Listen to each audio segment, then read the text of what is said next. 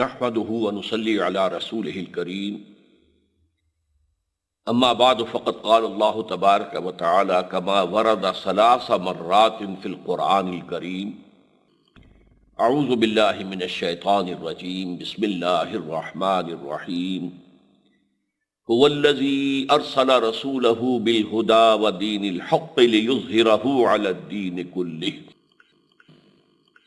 وقال تبارك وتعالى كما ورد في سورة المائدة اليوم أكملت لكم دينكم وأتممت عليكم نعمتي ورضيت لكم الإسلام دينا وقال جل وعلا كما ورد في سورة آل عمران إن الدين عند الله الإسلام وقال كما ورد في نفس السورة ومن يبتغ غير الإسلام دينا فلن يقبل منه وقال جل وعلا كما ورد في سورة الحجرات قالت الأعراب آمنا قل لم تؤمنوا ولكن قولوا أسلمنا ولما يدخل الإيمان في قلوبكم صدق الله العظيم رب اشرح لي صدري ويسر لي أمري واحلل عقدة من لساني يفقهوا قولي۔ محترم ناظرین اور محترم خواتین، السلام علیکم ورحمۃ اللہ وبرکاتہ۔ سیرت النبی علی صاحب الصلاۃ والسلام کے ضمن میں جو 2 گفتگویں اس سے قبل ہو چکی ہیں، ان میں سے پہلی گفتگو کا لب لباب یہ تھا کہ نبی اکرم صلی اللہ علیہ وسلم پر نبوت اور رسالت کے سلسلے کا منقطع ہو جانا، کہ اب آپ کے بعد نہ کوئی نبی آیا ہے نہ آئے گا تا قیام قیامت، یہ ایک واقعہ ہے اور ہمارے لیے جزو ایمان ہے، لیکن اس میں حضور کی فضیلت کا کوئی خاص پہلو نہیں ہے۔ حضور کی فضیلت کا جو پہلو ہے وہ اصل میں تکمیل نبوت اور رسالت ہے، کہ آپ پر نبوت کی بھی تکمیل ہو گئی اور رسالت کی بھی تکمیل ہو گئی۔ دوسری گفتگو میں ہم نے نبوت کی تکمیل کا جو مظہر اول ہے، تکمیل ہدایت قرآن مجید کی شکل میں، وہ ہدایت کا سلسلہ جو وحی آسمانی کے ذریعے سے چلا آ رہا تھا، انبیاء کرام کو اللہ کی طرف سے آ رہا تھا، وہ اپنے نقطۂ عروج کو پہنچا، مکمل ہو کر ختم ہو گیا۔ اب آج ہماری گفتگو کا موضوع ہے کہ نبوت کی تکمیل کا دوسرا مظہر کیا ہے۔ میں نے جو آیت پہلے بھی تلاوت کی تھی اور آج پھر آغاز میں تلاوت کی ہے، وہ یہ ہے کہ 3 مرتبہ قرآن مجید میں یہ الفاظ آئے ہیں، هو الذی ارسل رسولہ بالہدی ودین الحق لیظہرہ علی الدین کلہ۔ وہی ہے اللہ جس نے بھیجا ہے اپنے رسول صلی اللہ علیہ وسلم کو 2 چیزیں دے کر، الہدا ہدایت کاملہ قرآن حکیم، اور دین حق ایک سچا نظام، عادلانہ نظام، اللہ کا نظام، دین حق، تاکہ اسے غالب کریں پورے کے پورے دین پر یا تمام ادیان پر۔ یہ الفاظ قرآن مجید میں 3 دفعہ آئے ہیں، سورہ توبہ آیت نمبر 33، سورہ فتح آیت نمبر 28، سورہ صف آیت نمبر 9۔ اب اس میں معلوم ہوا کہ حضور صلی اللہ علیہ وسلم 2 چیزیں دے کر بھیجے گئے، ایک الہدا جس میں ہدایت کامل ہو گئی، جس پر ہماری گفتگو ہو چکی ہے، دوسرے دین حق، اور دین حق بھی تکمیل پا گیا حضور پر، جیسے کہ سورہ مائدہ کی آیت میں نے آپ کو سنائی، الیوم اکملت لکم دینکم واتممت علیکم نعمتی ورضیت لکم الاسلام دینا۔ آج کے دن میں نے تمہارے لیے تمہارے دین کو کامل کر دیا اور تمہارے لیے اپنی نعمت ہدایت کا اتمام کر دیا، اور اب ہمیشہ کے لیے تا قیام قیامت میں راضی ہو گیا ہوں کہ تمہارے لیے دین اسلام ہے۔ اسی حوالے سے میں نے مزید سورہ آل عمران کی 2 آیات کا حوالہ دیا، ان الدین عند اللہ الاسلام، اللہ تعالیٰ کے نزدیک معتبر دین، مقبول دین صرف اسلام ہے۔ اور نفی کے انداز میں بھی کہا گیا وَمَن يَبْتَغِ غَيْرَ الْإِسْلَامِ دِينًا فَلَن يُقْبَلَ مِنْهُ، جو کوئی اسلام کے سوا کسی دین کو اختیار کرے گا وہ اس کی جانب سے قبول نہیں کیا جائے گا۔ اس کے علاوہ میں نے سورہ حجرات کی آیت نمبر 14 کا بھی حوالہ دیا ہے، کہ جس میں ایمان اور اسلام کا ایک فرق واضح کیا گیا ہے۔ چنانچہ فرمایا گیا قالت الاعراب آمنا قل لم تؤمنوا ولكن قولوا اسلمنا۔ اے نبی صلی اللہ علیہ وسلم، یہ بدو کہہ رہے ہیں کہ ہم ایمان لے آئے، ان سے کہہ دیجئے کہ تم ایمان نہیں لائے ہو، ہرگز ایمان نہیں لائے ہو، بلکہ یوں کہو کہ ہم مسلمان ہو گئے، ہم اسلام لے آئے۔ وَلَمَّا يَدْخُلِ الْإِسْلَامُ فِي ایمان فِی قُلُوبِکُمْ، اور ابھی تک ایمان تمہارے دلوں میں داخل نہیں ہوا۔ گویا کہ حضور صلی اللہ علیہ وسلم پر جہاں ایک طرف ہدایت کامل ہو گئی، دین کامل ہو گیا۔ اب یہاں سمجھنا ہے کہ دین کہتے کسے ہیں۔ دیکھیے عربی زبان میں دین کا جو بنیادی مفہوم ہے وہ ہے جزا و سزا۔ ہم کہتے ہیں مالک یوم الدین، جزا و سزا کے دن کا مختار مطلق ہے۔ یہ دین جو ہے اصل میں اسی سے ایک لفظ بنا ہے، دین، قرض۔ وہ قرض وہ شے ہے جو واپس آتی ہے، جیسے کسی عمل کی جزا یا سزا آتی ہے واپس اس عمل کے کرنے والے کی طرف لوٹتی ہے، اسی طرح قرض ہے، اس کے مقابلے میں ہبہ ہے، ہدیہ ہے۔ یہ واپسی کے لیے نہیں ہوتا، دین واپسی کے لیے ہوتا ہے۔ تو یہ در حقیقت جزا و سزا کے لیے بنیادی لفظ ہے جو قرآن مجید میں آیا۔ چنانچہ ایک سورہ مبارکہ کا آپ کو معلوم ہے آغاز ہے، ارأیت الذی یکذب بالدین، کیا تم نے دیکھا اس شخص کو کہ جو دین کا انکار کرتا ہے، جزا و سزا کا انکار کرتا ہے۔ اچھا ظاہر بات ہے کہ جزا و سزا کسی قانون کے تحت ہوتی ہے۔ جزا ہے تو اس قانون کے مطابق زندگی گزاری گئی ہے اور اس کی خدمت کی گئی ہے اس نظام کی، تو اچھا بدلہ ملے گا، اور اگر اس کی خلاف ورزیاں کی گئی ہیں، قوانین توڑے گئے تو سزا ملے گی۔ اسی سے یہ قانون کے معنی میں آ گیا۔ اور ظاہر بات ہے کہ قانون دینے والا کوئی ہوتا ہے، شارع کون ہے، قانون ساز کون ہے؟ وہ ظاہر بات ہے کہ جو شخص کا بھی یہ اختیار ہے کہ وہ قانون بنائے، وہ ہے کہ جس کے لیے کہا جائے گا کہ یہ اس کا دین ہے۔ قرآن مجید میں یہ لفظ سورہ یوسف میں آیا۔ حضرت یوسف علیہ السلام کے پاس جب ان کے چھوٹے بھائی بنیامین آئے ہیں تو وہ انہیں اپنے پاس روکنا چاہتے تھے، لیکن یہ ہے کہ جو قانون تھا بادشاہ کا نظام، وہ انہیں اس کی اجازت نہیں دیتا تھا۔ مَا كَانَ لِيَأْخُذَ أَخَاهُ فِي دِينِ الْمَلِكِ، بادشاہ کا نظام کیا تھا وہاں؟ اصل میں حضرت یوسف علیہ السلام بادشاہ تو نہیں تھے، بادشاہ تو وہ تھا جس نے خواب دیکھا تھا، جس کی تعبیر حضرت یوسف علیہ السلام نے بتائی تھی، اور اس نے پھر آپ کو ایک بہت بڑا عہدہ دیا تھا، اور گویا کہ یوں سمجھیے وزیر اعظم کہہ لیجئے، وزیر خوراک کہہ لیجئے، جو بھی اس کو کہنا چاہیں، وہ ان کو عہدہ دیا گیا۔ لیکن ظاہر بات ہے کہ نظام وہاں، قانون جو تھا وہ بادشاہ کا تھا۔ اس بادشاہ کے قانون میں ان کے لیے گنجائش نہیں تھی کہ اپنے بھائی کو روک سکتے۔ تو اللہ تعالیٰ نے انہیں ایک ہیلا سجھایا اور اللہ تعالیٰ نے اسے اپنی طرف منسوب کر لیا۔ کذالک کدنا لیوسف ما کان لیأخذ اخاہ فی دین الملک، اسی طرح ہم نے یوسف کے لیے ایک تدبیر بنا دی، ایک ہیلا بنا دیا۔ تو دین الملک کیا ہوا؟ وہ نظام جس میں اختیار مطلق بادشاہ کے پاس ہوتا ہے، اس کی زبان سے نکلنے والا لفظ قانون ہے۔ اس قانون کی اطاعت کرنے والوں کو خطابات بھی ملیں گے، خلعتیں ملیں گی، انعامات سے نوازا جائے گا، اور اس قانون کی خلاف ورزی کرنے والوں کو سزائیں دی جائیں گی، اور خاص طور پر جو اس پورے نظام سے بغاوت کر دے، ظاہر بات ہے انہیں کچل دیا جائے گا، انہیں قتل کر دیا جائے گا۔ تو یہ ہے دین الملک۔ اور اس کے مقابلے میں قرآن مجید میں ایک لفظ آیا ہے دین اللہ۔ آپ کو معلوم ہے سورہ مبارکہ اذا جاء نصر اللہ والفتح ورأیت الناس يدخلون فی دین اللہ افواجا، جب اللہ کی مدد آ گئی اور اللہ کی نصرت آ گئی، اور تم نے دیکھا ہے نبی صلی اللہ علیہ وسلم کہ اب لوگ فوج در فوج دین میں داخل ہو رہے ہیں، دین اللہ میں داخل ہو رہے ہیں۔ اب یہ دین اللہ کیا ہے؟ اللہ کو حاکم مطلق مانا جائے، اللہ کو قانون ساز مانا جائے، شارع مانا جائے، شریعت دینے والا مانا جائے، اور اس نظام کے تحت پوری زندگی استوار ہو جائے، یہ دین اللہ ہے۔ تو دین الملک کے مقابلے میں دین اللہ۔ اب آج کے حوالے سے میں ایک اصطلاح آپ کے سامنے لا رہا ہوں، اور وہ ہے دین الجمہور۔ آج کی پوری دنیا میں جسے کہ سب سے زیادہ عمدہ نظام سمجھا جاتا ہے جمہوریت، وہ اصل میں کیا ہے؟ دین الجمہور، کیونکہ وہاں اصل اختیار جمہور کے پاس ہے۔ Sovereignty belongs to the people، حاکمیت عوام، اور حاکمیت کے جو اصل حامل ہیں ان کے نمائندے جو چاہیں قانون بنا دیں۔ وہ چاہیں تو دو مردوں کی شادی کو لیگلائز کر دیں، اس کو رجسٹر کریں، جن میں سے ایک مرد شوہر کا درجہ رکھے گا قانون کی نگاہ میں، اور دوسرا مرد جو ہے وہ بیوی کا حصہ کا مقام رکھے گا۔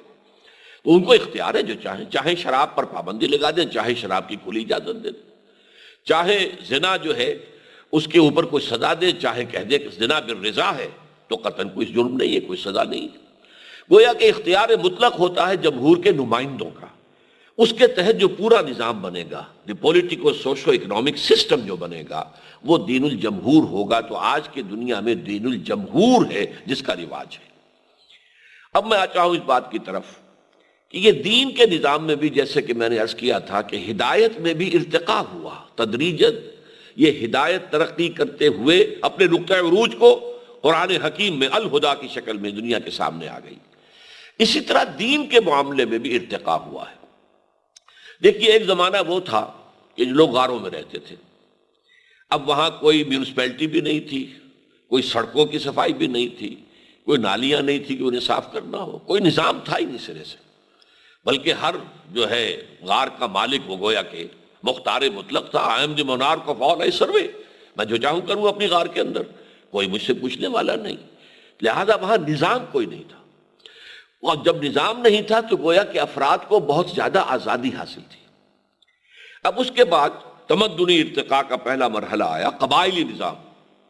ایک قبیلہ ہے، تم اس قبیلے کو بلونگ کرتے ہو، تمہارے قبیلے کا فلاں سردار ہے، تمہیں اس سردار کی اطاعت کرنی ہوگی، تمہارے قبیلے کی یہ ریت ہے، یہ رسم ہے، یہ رواج ہے، تمہیں اس کی پابندی کرنی ہوگی۔ یہ قبائلی نظام ہے، یہ گویا کہ سوشل ایولیوشن، عمرانی ارتقاء کا پہلا مرحلہ ہے۔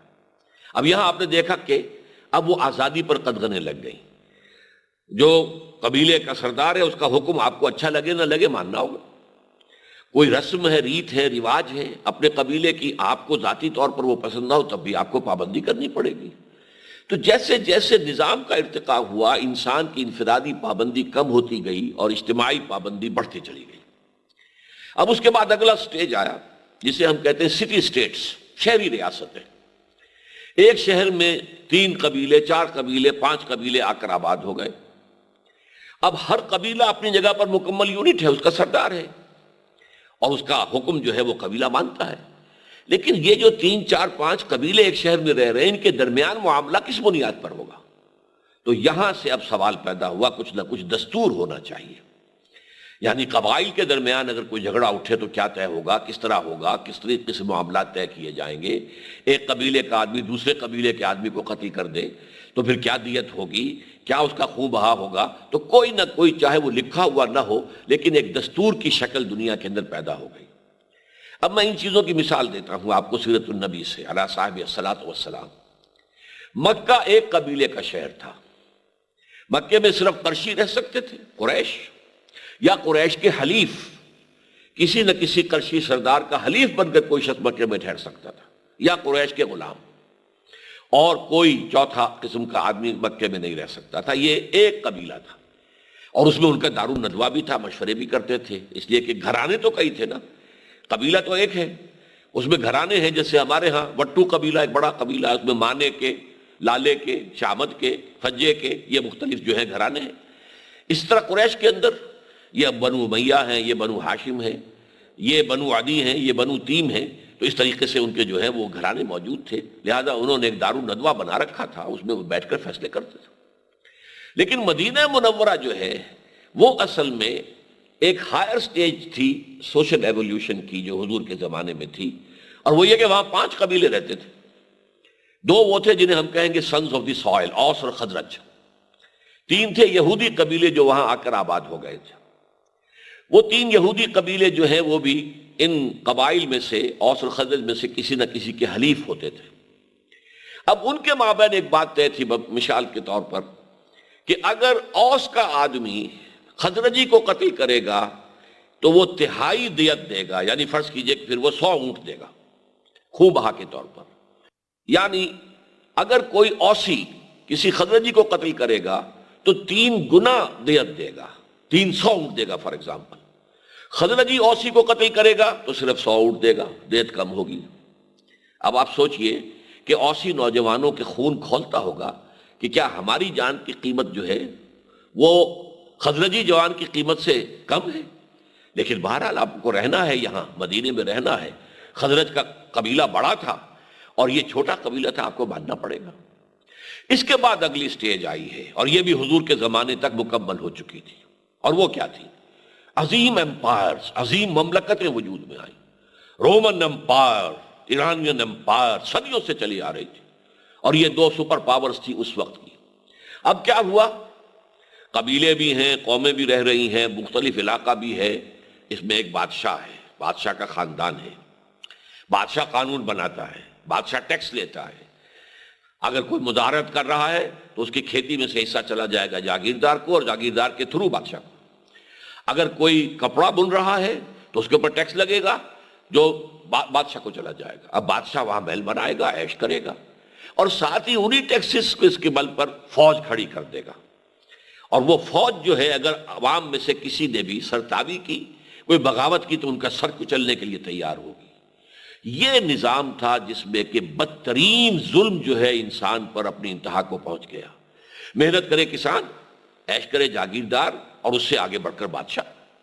محنت کرے کرگے پر بیٹھ کر بننے والا، اور عیش کر رہا ہے اس سے ٹیکس لے کر وہ جو بادشاہ ہے۔